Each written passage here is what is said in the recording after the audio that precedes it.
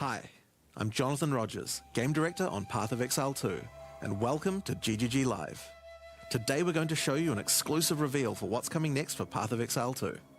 Twitch drops are enabled on today's live stream, so you'll be able to claim your Verdant Wilds dodge roll effect by following the instructions below.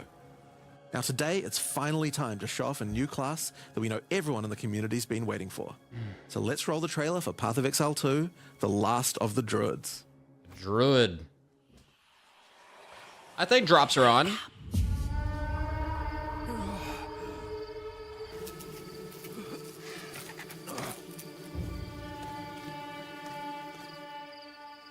Well, well. What have we got here then? Whoa, first person mode?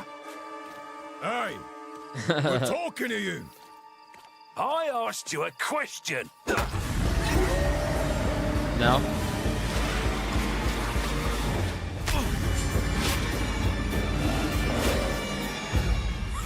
What's wrong with him? He's lost his bloody mind.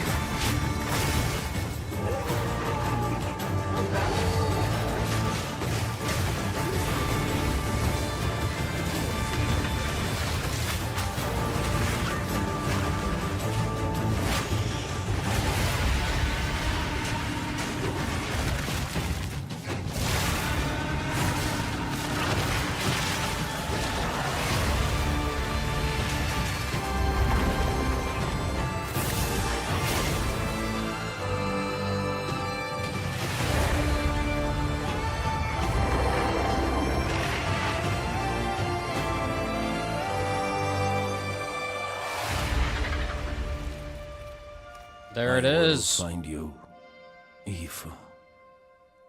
Oh. December As you can 11th. see, the Druid is a shape-shifting elemental spellcaster. After his fellow Druids were destroyed by the King in the Mists, the Druid lost his humanity in the forests of Ogham, where he wandered for years as a beast. Now, finally reawakened, he's determined to find his lost wife and regain his humanity. The Druid has been one of the hardest classes for us to design. As well as having human spells, he has 3 animal forms. Yeah, and we Link's wanted gonna to make work in a sure that bit. there were interesting combos between all of them. The Druid is our first hybrid strength and intelligence class. That means he needs to have the ability to use spells and attacks. As a human, the Druid typically uses magical staves to harness the powers of the earth Oh and my the natural God. world. That looks like a One of the first bitrate skills you will learn destroyer. is the ability to create small volcanoes from the earth. This Oh, skill whoa. spits out balls of magma at your enemies, and will continue to do so for some time. While the volcano is active, Whoa. turn into an animal and wade into melee range. Many of the skills you use as a human last for a significant period of time, giving you a good chance to turn into an animal and rage out. But how do you turn into an animal, you may ask? Well, the answer is a new weapon type that Druids use, animal talismans. When you equip an animal talisman, you can choose which Dude, animal the bear form looks you would like awesome. the talisman to represent. Depending on what Whoa. you choose, you'll be given that animal's basic attack as a new skill to equip. For a Insane bear, quality. that's Maul. To turn into a bear, simply use the skill. Your character will instantly transform into a bear and attack. If you want to change back to a human, just cast a spell. You will instantly swap back and cast it. We wanted to make sure that swapping That between looks so forms good. was seamless and immediate. Changing forms should be something that you do without even thinking about it all the time in battle. In order to allow for hybrid melee and caster gameplay, most of the skills you use in your human form last for some time and aid your animal skills in some way. The volcano we used earlier will emit more molten balls whenever you hit it with a slam, making it perfect for use with your bear form's furious slam. While in bear form, many of your abilities use rage. There are a lot of ways to generate rage, but the easiest one is simply smash your enemies with Maul. Once you see the runes on your back glowing, it means you have enough rage to do a much more devastating version of your furious slam. Your bear form can also go on a rampage, stomping the ground as you demolish your foes. The more rage you have, the longer the rampage lasts. and doing it over a volcano makes it even better. Dude, the transition is so clean. As you consume rage, your bear form will generate endurance charges. I wanna play a These can bear. be used with skills like Ferocious Roar. Ferocious Roar is a war cry Hashtag that ad, empowers your more like subsequent hashtag attacks to break your eyes. opponent's armor. The more endurance charges you have when you use it, the more empowered attacks you will gain. But Ferocious Roar has another special feature too. It's a meta gem that allows you to socket any Warcry gem from another class into it, giving you the ability to use these skills as a bear. Use the Warrior's Infernal Cry skill to make your enemies explode.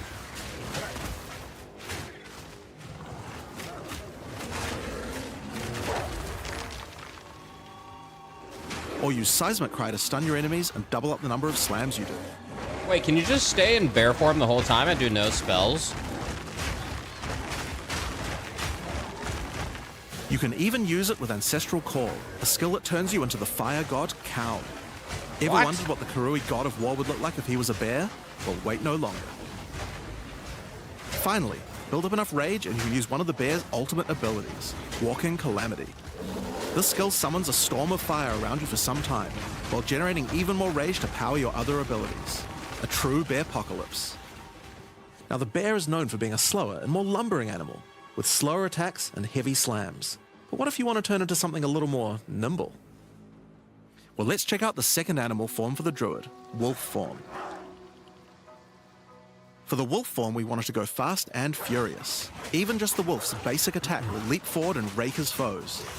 Damn. After attacking, the wolf stands up on two legs, but after running Hold for a on. short time, he goes back on all fours, allowing to move more quickly between packs of enemies. Is this Dex build?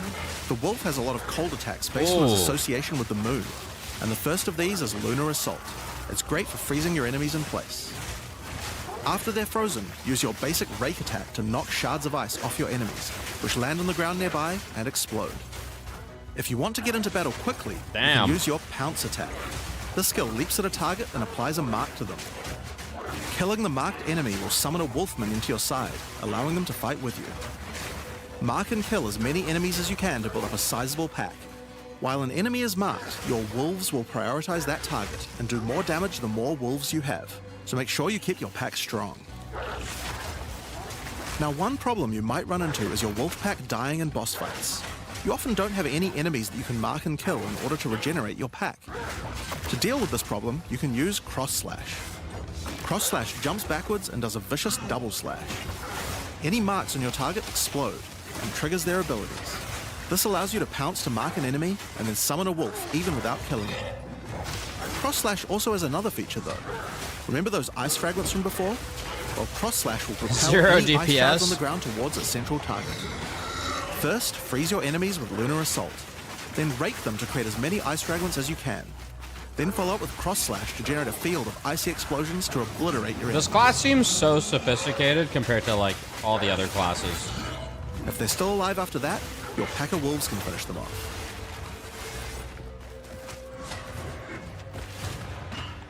Just like with the bear's raw skill earlier that allows you to use skills from other classes, Pounce is also a meta gem that you can socket mark skills from other classes into.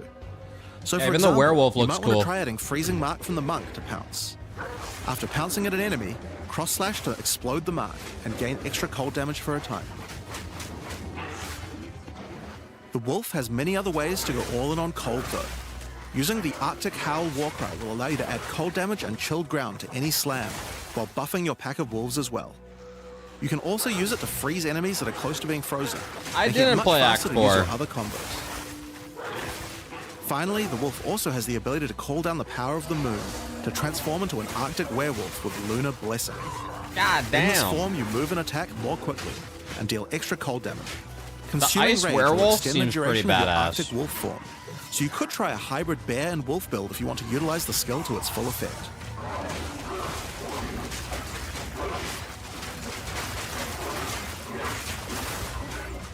Alright, let's talk about the third form available to the Druid, and I think it's a cool one. The Wyvern. The Wyvern has a number Whoa. of long-range breath abilities, but that doesn't mean you can't get into melee range when you want to. The basic What? attack of the Wyvern is Rend. Jump forward into combat and slash your enemies with your lethal talons. Bro, this is a whole new game. If they're close to being stunned, You can blow them off balance with a blast from your wings, causing an explosion of damage. What the hell? Oh, After shit. the battle, though, it's time to feed. Devour the corpses of monsters to create power charges, and this is when the Wyvern's abilities really come online. When using range, you That's can kinda consume awesome. a power charge to charge up your wings with lightning. Not only does this do a bunch of damage, but it allows you to turn this melee skill into a much larger AoE attack. Dude, this Once character, your the wings are Druid's charged, insane. your wing blast will also do lightning explosions for even more damage. If your enemies are close to death, no need to wait for them to actually die. When you see this blue marker, just What? devour them alive. Fresh meat is much tastier after all. Okay, Wyvern build. Alright, so those are some melee options. But how about range? Well, you wouldn't be much of a dragon if you couldn't breathe fire after all. Rolling magma is the first of the Wyvern's breath attacks. Spit balls of fire that bounce along the ground. These I would just balls stay will as a trigger dragon the volcanoes whole as well, time. So it's a good idea to cast one as a human right before you start spitting. But that's not all you can spit. You have something a little nastier in that gullet of yours. Spitting a barrage of oil at your enemies will cover them in a viscous sludge that makes them easier to ignite. If you have power charges, though, plant your wings in the ground and vomit a barrage of lightning-infused projectiles. The more power charges you have, the longer you can do this for. But make sure you keep your foes at range. You're vulnerable to melee attacks while channeling this skill. In order to help with that, let's take a quick diversion back to some of your human It will be abilities. interesting to see when As a someone druid of pops scope, off with you a have build the ability to harness the and power how of nature fast. to create entangling vines to slow down your enemies. Another of The- nature's punishments is the thunderstorm. how fast you can Creating one clear of these shit. will create periodic strikes of lightning from the sky, and will also make your enemies wet. Why is that useful? Well, of course, things that are wet are easier to That's shock. actually cool. Use it with lightning damage from your wyvern form to enhance your damage. Making things wet also makes them easier to freeze, so it works nicely Damn. with your wolf form as well. And you know what else likes water? Plants. Water your plants to give them various extra abilities. Use Lightning Storm with Entangle to make them last longer, and attach more vines to each enemy, slowing them further. Summon Thrashing Vines to slam at your enemies for a time. Any that are created in water will be larger and deal more damage. Now then, with our enemies sufficiently subdued with our This plants, class is time insane. to really lay into them with our lightning-infused barrage. So yeah, you want to play a druid, bro? You can be like a dragon, a werewolf, or a bear, or you want to play a Now, warrior this last wyvern ability and is just have like a big ridiculous, mallet. But we felt like we had to do it. Use Flame Breath to take to the skies and rain down a stream of fire on your enemies. You have wings, so we have to take full advantage of them after all. So fly around and burn in it. What? I was waiting for that. What build this? The pacing compare. Oh wait, you can actually burn the wheat field. Oh my god. Now there are a few other skills we didn't cover, but there's one in particular that I think will open up a lot of builds. Dude, what is happening? Spell This totems. game. Spell totems are meta gems that let you create a totem that will automatically cast any spell in the game for a time. Yeah, this class. I don't In order usually to play create druids. one, I you will need to play a spend 3 druid. endurance or 3 power charges. This class is insane. You could use them to throw fireballs, summon comets, or shower the area in lightning. Really, the options are kind of endless. Your bear form can easily generate endurance charges by consuming rage, and your wyvern form can easily create power charges by eating corpses. So it's pretty easy for the druid to get the charges needed, but they're also available from quite a few other places as well. I'm sure we'll be seeing a lot of different spellcaster classes thinking about how best to take advantage of these. Now, of course, along with a new class comes a bunch of new support gems. We've added over 30 new supports throughout the game, but I'll show you a few of the cooler ones here. Fan the Flames can be added to any wind skill to spread fire from one ignited enemy to the other enemies behind them. It's great for the wyvern's wing blast. I'm between the You wyvern can and the also use it werewolf. on many other classes with wind skills, like the Twisters on the Huntress, or the Monk's staggering palm projectiles. Accelerated growth causes extra explosive plants to erupt from the ground whenever you grow plants with rain. And Advancing Storm changes storm skills like your Thunderstorm or Tornado to move across the battlefield. It's great for watering plants en masse, or to turn tornadoes into a real disaster by sucking up multiple ground effects as they travel along. What the fuck? And the Sorceress might like to use it with Firestorm as well. Echoing Cry causes your Warcry skills to echo. They will repeat a couple more times with a delay after you use them, giving you more. Yeah, this will be empowered interesting to attacks. see someone's Use it insane for the build. Druid's animal form Warcries, or on the Warrior for a nice power boost. Grounding shocks causes monsters you shock to turn into living Tesla coils. Imagine playing like a Arcane Lost lightning to Ark nearby game enemies. like this, with You a could class use it like with your this, but it's empowered wings Lost for Ark extra loop damage boost. instead of an But ARPG. it's also great with any other shocking skill. Try it Their out with Lightning Spear. combat It obviously abilities are needed like more AoE clear. at the high level of There's a whole how pile Lost more, Ark looked. but we'll leave those for you to discover. Now with a new class comes new Ascendancy classes. The Druid will have 2 options for now, with a third being released later. The first class is the Shaman. The Shaman channels nature's elemental fury and can harness rage as a spellcaster, unifying his animalistic and magical tendencies. By allocating Druidic Champion, you gain spell damage the angrier you are, and with Furious Wellspring, you generate rage continuously and can spend it to empower your spells. With the knowledge of the Asmerian Magi, the Shaman can harness untapped Yeah, what I'm power saying from is runes and PoE should idols. make a After third-person allocating Wisdom of the MMO. Magi, you will notice that all runes and idols have extra mods only available to the Shaman. These new mods unlock countless new possibilities for enhancing your build. You can also allocate Bringer of the Apocalypse, allowing you to become a walking natural disaster. After dealing enough elemental damage, storms of all elements rain around you, destroying all who would face nature's fury. There are other abilities for the Shaman, but I'll just show a few from each class for now. The other Druid Ascendancy is the Oracle. The Oracle perfected the power of foresight and utilizes this in combat to gain massive advantage. When taking Fateful Vision, you will see visions of your future self using specific Shroom skills. build? If you decide to follow this path by using the skill yourself, it will do significantly more damage. What the heck? And with Converging Paths, at a critical moment in battle when a monster is vulnerable to freeze, stun, or electrocution, the Oracle can use Moment of Vulnerability to see That a was vision Act of the 4 enemy's and future, oh, what and the then merge hell? it with the current timeline, What? allowing him to deal damage to both. And one of my favorites, when you first become an Oracle, you'll notice over God 130 new extra passives appear in the Druid section of the tree. By allocating the Unseen Path, you use your power of foresight to learn from alternate futures and gain skills that would otherwise be unavailable to you. For example, self-sacrificing allows you to be able to summon more minions by reducing the spirit costs, with the trade-off of making your reservation skills cost more spirit. Or Corruption Endures, which allows oracles to have a small chance to avoid death. Both the Druid Ascendancies offer interesting and unique ways to gain modifiers that no other classes can get, so we're expecting a huge variety of build possibilities from these. Damn, Now there man. are unique talismans for the Druid to use as well. We won't spoil all of them, but this one was particularly cool. Fury of the King turns your bear form into a fire demon, Bro. converting most of your damage to fire. The Druid As a is demon, you can also crazy. use Molten Crash, a jumping The slam Druid attack is that like leaves a fishes different, around you. a different This game. unique also continuously grants glory, allowing you to use your ultimate abilities more easily. Now, of course, the Druid isn't the only thing we're adding to 040. How would you not ban the Druid? With every new release, we create a new league with new mechanics, new pinnacle bosses, and with a new story to tell. And this time is no exception. So let's roll the trailer for the fate of the Vaal. The palace of Queen Atziri. It is a ruin, but in the dark, machines still churn.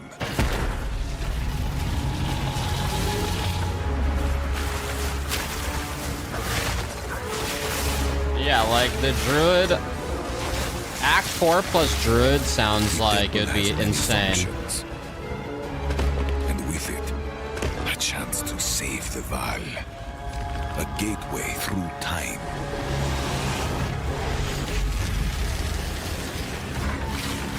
Travel into the past again and again.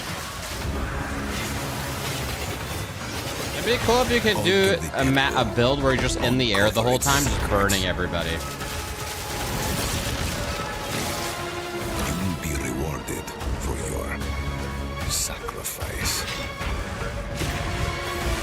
And somewhere in the deepest chamber, my queen awaits.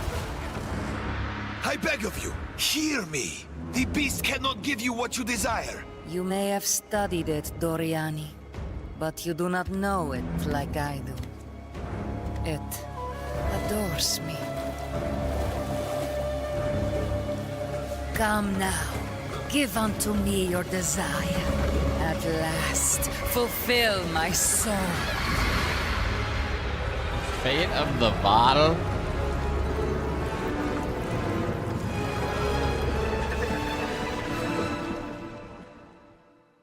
Hi, I'm Mark Roberts, game Hi. director on Path of Exile. Did the Druid? In the wow. fate of the Vaal League, you will find remnants of the ancient Vaal civilization scattered throughout Rayclast. They seem to attract nearby creatures and affect them strangely. After killing them, the remnant appears to gain some amount of power, but not enough to fully activate it. It seems you will need to find 5 more of these arcane devices, and sacrifice the monsters you find there to fully activate one. But things don't always go to plan. These devices are old, and sometimes infected by corruption. Twisted versions of ancient Vaal may emerge, and sometimes even stronger foes.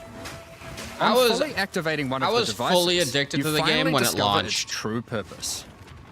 A portal opens and takes you deep underground to a I feel like they're cooking so hard. 1.0 is going to be insane. Queen of the Vaal. What treasures could still be inside? I think you're going to want to find out. I know I didn't hit Act 4, but you guys are saying it's so is a good. console of some kind, and on activating it, you can see a map of the temple. Atziri's personal chambers are on the far side, but how could anyone get there? There are disconnected rooms, I and the fully layout played doesn't my seem to monk. make sense. And that's when you realize the purpose of the ancient devices scattered through Rayclast. The temple is powered by sacrifice, and this energy can be used to modify the very structure of the temple itself. Each time you run the temple, you will be given 6 rooms that you can place, allowing you to craft your own dungeon to explore. Place paths to link up the dungeon, and place rooms beside them full of precious loot. After you are happy with your choices, open the temple and discover the results of your efforts. That's how that works. Each room contains different challenges along with its rewards. On entering a room, the doors will slam shut behind you, and you will need to face the encounter within. But choose wisely. It's important where you place the rooms to get maximum returns. For example, when placing a commander, you could just place it anywhere along an existing path, but a much better strategy is to place it next to a garrison of troops for him to command. It's like you make your own dungeon. With better leadership, the garrison will level up, making the monsters harder, but also more rewarding. Different rooms have different requirements for leveling up.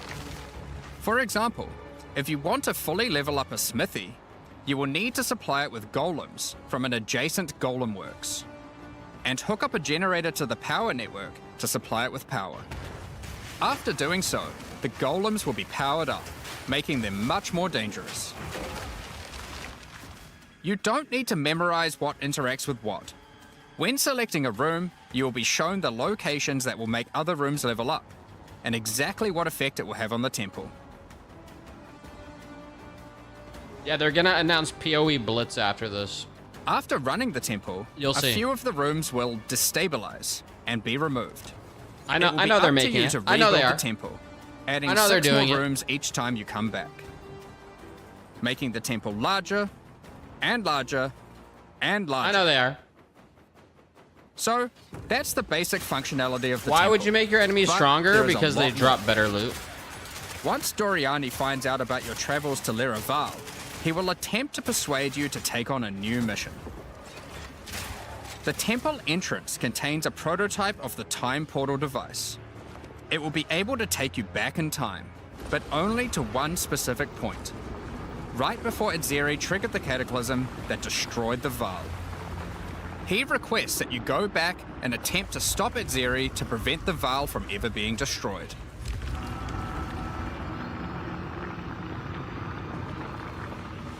Yeah, this is the seasonal mechanic. Atziri is on the far side of the temple, so you will need to expand the temple significantly to get to her. And even worse, her chambers can only be unlocked by a room that isn't currently accessible to you.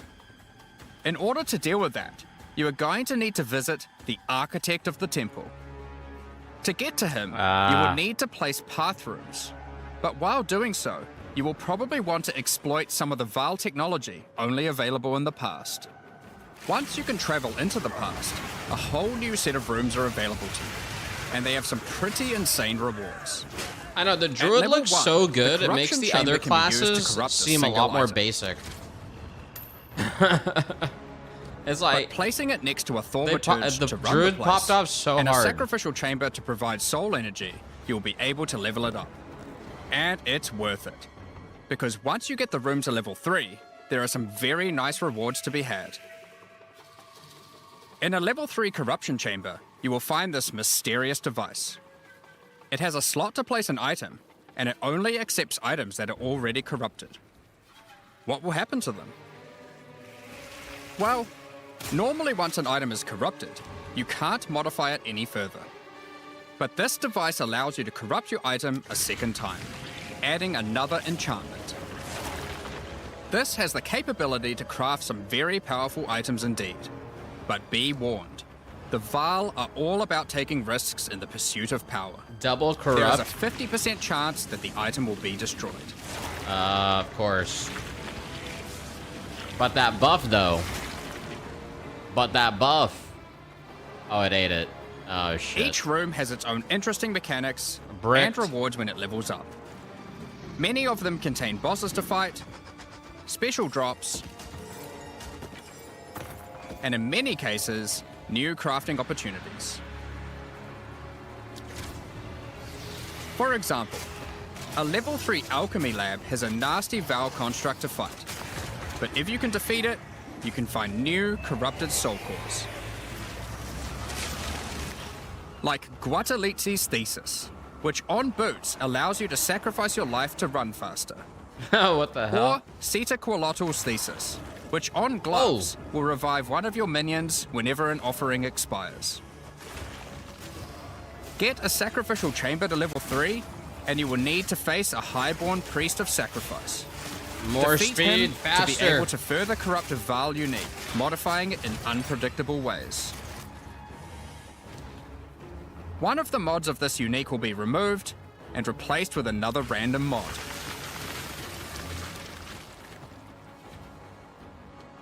For example, this Soul Mantle. It gives you an additional totem, but lowers your totem's life and curses you when they die.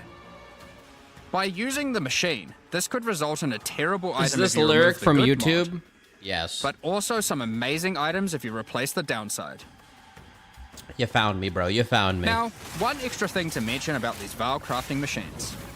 No You don't have to take the items you want to craft into the temple. If you don't have the item you want to craft with you at the time, then clicking this button will allow you to create a currency item instead, allowing you to do the craft later or trade it if you want.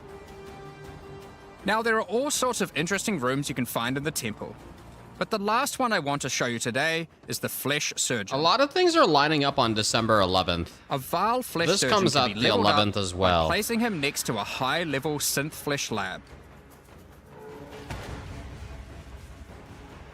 Or was it the 12th? But be yeah, careful. the 12th. The I Flesh guess, Surgeon alright, has never some mind. rather 12th is better. unpleasant Nice. experiments in his personal lab. Oh my god. Afterwards, you might notice the surgery table just Oh, it was sitting there. 11 a.m. at 12. The Vaal are great at crafting items. Why not do some crafting on yourself? After laying down, you'll be asked which limb you'd like to replace. What the Left heck? arm, perhaps your right leg.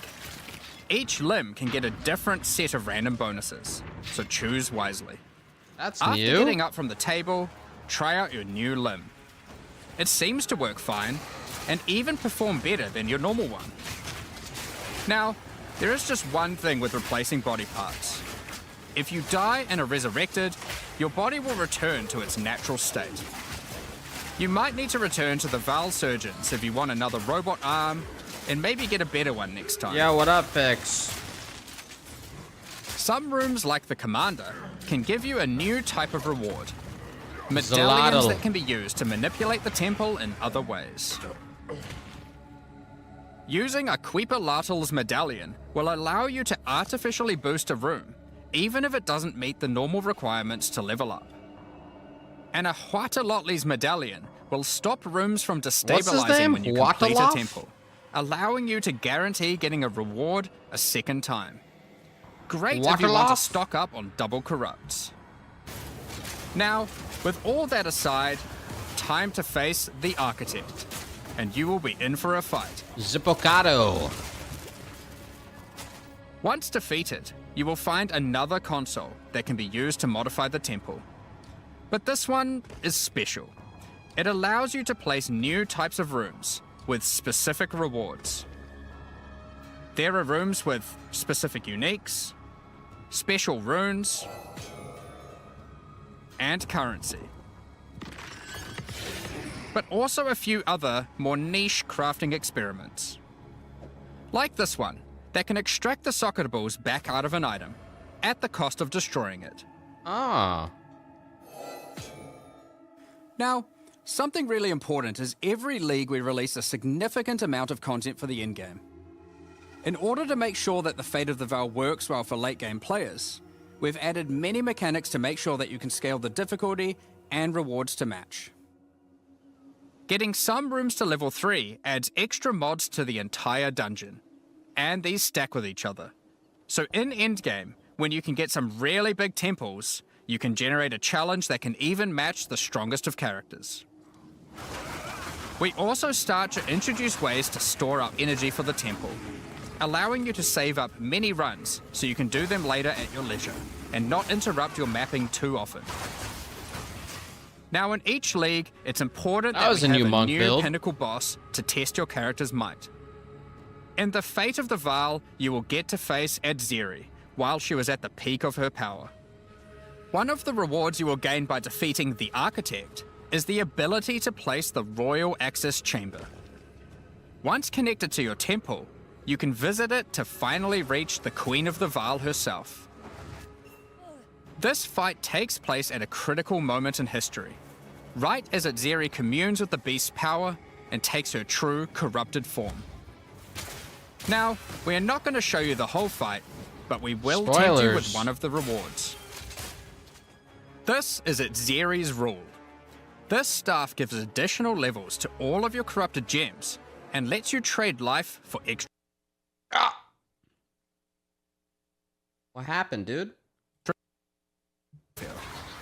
Any projectile you fire at these will split into a nova, and they can chain from one to the other. Wait, what? So, that's the Fate of the Vaal League. But we are also bringing the previous league, Rise of the Abyssal, into the core game, along with a few changes. Now, for those of you who haven't seen what happens when a league is over, it's important to understand that you will not be seeing abysses in every area anymore. Rise of the Abyssal is now one of the league mechanics that can show up randomly in endgame. Oh, they added it to the If you want to endgame specialize map. in running abysses, there is now a tablet that will allow you to add them to any map you run. You can also craft the tablet to add abyss-specific mods to enhance how they function. Now that Abyss is core, it also needs its own Atlas tree. You can Its gain own your tree? first points by completing an Abyss. But there are more available for doing depths and killing certain bosses. And there are a bunch of different options. You might just want more monsters and bosses. But you can also make finishing an Abyss have a chance to overrun a nearby map with the Abyssal. Or make your Waystone modifiers I mapped also apply a to decent Abyssal amount depths. and then stopped. I never got to the You end could boss. specialize in the interaction with other leagues, or specialize in a You specific gotta like Abyssal really, faction. really One find of the important elements the that loot. we've heard loud and clear is that needing to do Abyss crafting on Waystones is quite annoying. So, we have removed that. In fact, we have removed instilling from Waystones as well. It's not This really mechanic anymore. felt mandatory on maps because it boosted the value of all other content. But it was both annoying to do and resulted in a lot of visual clutter. Instead, we are bringing back some of that power on tablets, which you don't need to craft nearly as often, since they last for 10 maps each. Once you defeat the Arbiter of Ash, you will be able to upgrade tablets to a rare with 4 mods using regular currency. Even this isn't enough to fully bring back the power you could have gotten from instilling, so we have also buffed the bonuses that tablets give. Going forward, we're not going to be adding any more crafting directly to waystones outside of the basic currency, because it adds too much micromanagement. But on that note, Fate of the Vaal does bring the ability to corrupt your tablets, hoping to get one of many different random outcomes. Now, with regard to Delirium Fog, even though you shouldn't have to have it on every map anymore, we still did want to make it less visually annoying. Delirium Fog has been toned down significantly, so you won't feel like you're just playing in a sea of grey. Another big source of problems in the endgame is the feeling of getting overwhelmed with monsters. In 031, we reduced the number of monsters in early endgame in order to help with this, but still scaled up the number of monsters to previous levels by the time you got to tier 15. Well, after letting this simmer for a while, we are still getting this kind of feedback. So we are no longer going to scale up the number of monsters you go as you get deeper into the endgame. Instead, we are scaling up the difficulty and rewards by the same amount. So to be clear, instead of increasing the number of monsters by 40%, they will instead drop 40% more items, grant 40% more experience, and have 40% more life, in addition to all the normal scaling they get due to being higher level. This only applies to regular monsters, not bosses. We have also reduced the speed modifiers that monsters can get sometimes. How are we feeling about that? Which also helps a lot with this. Now, we did have a large amount of content for endgame planned for 040, but unfortunately we just didn't get time to finish it. The scope was a bit too large, and so we would need to wait until 050 for that. But rest assured, there will be a ton of upgrades for the existing leagues, as well as new pinnacle bosses, and a significant overhaul to the Atlas passive tree coming soon. Now, another problem that becomes a much bigger issue in the endgame is game performance. And we have done a lot of optimization. work. The primary issue is CPU load. And to address that, a lot of things have been optimized. Oh, nice. And we have done a lot of work to take advantage of more of your CPU cores. You should see frame rates of at least 25% higher. Damn. And a lot less bad frame spikes during gameplay. It does make quite a big difference, especially on consoles. A lot more work in this area is ongoing, and you will continue to see performance improvements over the next few months. Of course, another important area is game balance, and we have made a lot of changes. Now, most of these we will save for the patch notes, but I'll do a quick summary of some of the numbers. As well as adding 11 new unique items, we have rebalanced dozens of others that are not currently used very often. We've also done a pass over lineage supports. 21 of them have been rebalanced, as well as adding 9 more. I mean, I'm curious how big PoE 2 is on Alongside the 2 console. new Druid ascendancies, we have made balance changes to almost all What the champions others, are remaining this with on console? some of them getting a grander rebalance, such as the Smith of Katava. Alongside the 20 plus new Druid skills, we've also rebalanced 90 other active skills across all the different classes. And to top it all off, there are also over 250 new passive skills added to the passive tree. Oh, okay. These changes should go a long way to increase the viability of many more skills, uniques, and overall build variety that can tackle our most challenging content. Next up, we're going to be talking about our new supporter packs. Today, we're launching 2 new series of supporter packs, the Precursor and Kalgurin packs. Each tier contains the pack's full face value in points, alongside several exclusive microtransactions. As always, the microtransactions in these packs are purely cosmetic and do not affect your character's power or progression in any way. The Precursor series of supporter packs contains 6 exclusive microtransactions. First up, the Marble Statue Character Effect. Once you finally stay still for a moment, a podium rises up out of the ground to immortalize you, turning your skin to marble. When you next move, the stone crumbles around you. Nice. The Precursors had mastery over gravity manipulation. So too can you. That's not bad. It's actually a good idea, bro. Witness the power of its pull as you approach it. Draw in enemies with your own gravitational pull with the Awakened Precursor armor set. The Precursors designed and built many mysterious ancient beings. This one used to serve as a scout that would patrol and tase intruders. Why salvage gear yourself when the Master of the Forge can do it for you? Oh my god. Molten gold spills out as the Forge Master breaks down your items. Oh, that's kind of cool.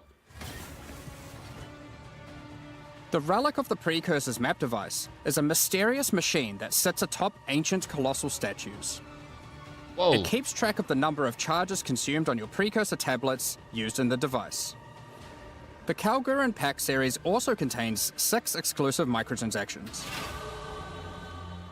Oh, is that a new level The up? Kalgurans had astounding skill in astronomy, being able to track cosmic events with absolute precision. Harnessing that skill, with the Astronomer's level up effect equipped, you too can now see exactly how long it took you to level up. Ooh, I like that level up animation. The time taken to reach your last 3 levels is also displayed on the item, so you can link it when you have a time you're proud of. Crush unique enemies by unleashing the wrath of the lost Kalguran fleet, led formerly by Captain Heartland himself. Oh, it's for death. A Kalguran seafarer needs armor fit for the treacherous seas of Rayclast. This set has you covered with the classic tricorn and, of course, a peg leg. The Lost Need the Treasure peg weapon leg. skins top off your appearance of a true raider of the seas. These gilded weapons can be applied to wands, I think the statue two-hand is the maces, best when you're and AFK. shields. After a long day of plundering loot, retreat to the Kraken's Cove hideout, a home of some of the most deadly ocean-dwelling creatures in Rayclast. Many ships have met their demise here. What better to accompany you in Kraken's Cove than a kraken itself?